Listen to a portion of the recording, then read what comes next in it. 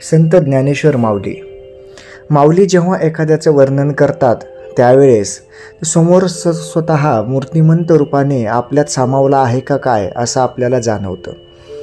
जेव्हा माऊली त्या विठोबाचं वर्णन करतात त्यावेळेस प्रत्यक्षपणे एक विठ्ठल आपल्यासमोर असे तरळून निघून जातात आणि तेच आपल्यामध्ये सामावले आहेत असा आपल्याला भास होत राहतो.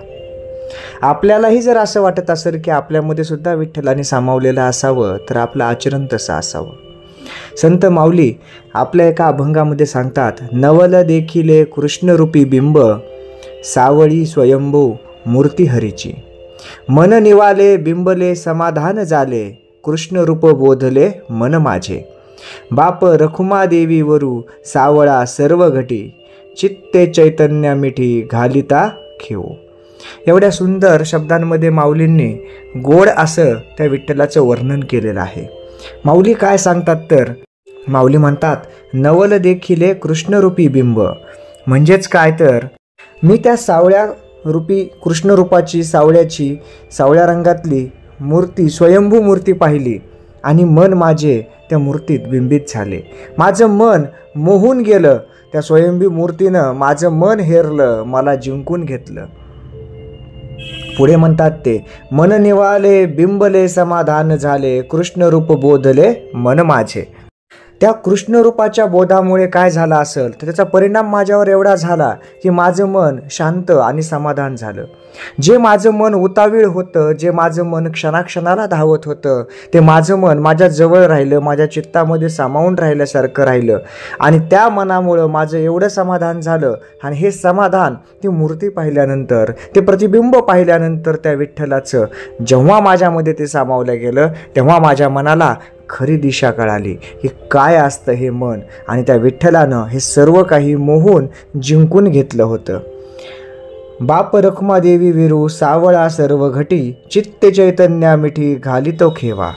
म्हणजेच काय तर हा रखुमादेवीचा वर म्हणजे पती आणि माझा पिता सावळा विठ्ठल सर्वत्र आहे, सर्वत्र चैतन्य रूपाने वास करतो आणि ज्या ज्या ठिकाणी हे चैतन्य असतं त्या ठिकाणी मंगलच मंगल घडत असतं.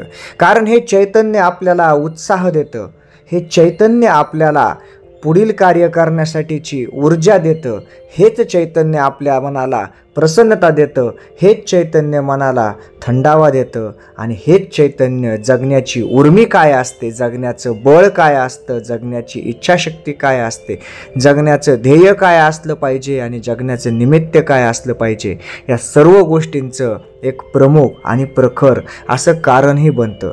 आणि हे सर्वत्र ह्या आमच्या विठ्ठलाचं, ह्या माझ्या पांडुरंगाचं सर्वत्र अस्तित्व आहे. त्यानं सर्वत्र स्वतःला या चैतन्य रूपामध्ये सामावून घेतलेलं आहे आणि मी त्याला मिठीत घेतोय, मी त्याला आलिंगन देतोय असं माऊली आवर्जून सांगतात. म्हणजेच काय तर ज्या ज्या क्षणाला आपल्याला आयुष्यात काहीतरी वाटत असतं, काहीतरी अडचण किंवा संकट वाटतं, मन उदास होतं, त्यावेळेस ही उदासी जर झटकून टाकायची असेल तर त्या वेळेला हे सावळं रूप विठ्ठलाचं आठवावं, आपल्या मनात साचवावं. हे प्रतिबिंब सर्वत्र व्यापलेलं आहे याचा आपल्याला साक्षात्कार झाल्याशिवाय राहणार नाही. आणि आपल्यामधली जी मळव आहे, जी मरगळ आहे, जे आपल्याला डिप्रेशन आलेलं असेल, संकट आलेलं असेल, हे सर्व एका क्षणात उडून जाईल. कारण हा विठ्ठल सर्वत्र कसा व्यापलेला आहे तर चैतन्य रूपाने व्यापलेला आहे. म्हणून चैतन्याचा जय जयकार करत आपण आयुष्यात पुढे मार्गक्रमण केलं पाहिजे. न थकता, न कोणता विचार मनामध्ये आणता, चांगलं कार्य करून ह्या आयुष्यात आपण छान प्रकारे जीवन जगू शकतो. जय जय रामकृष्ण हरी.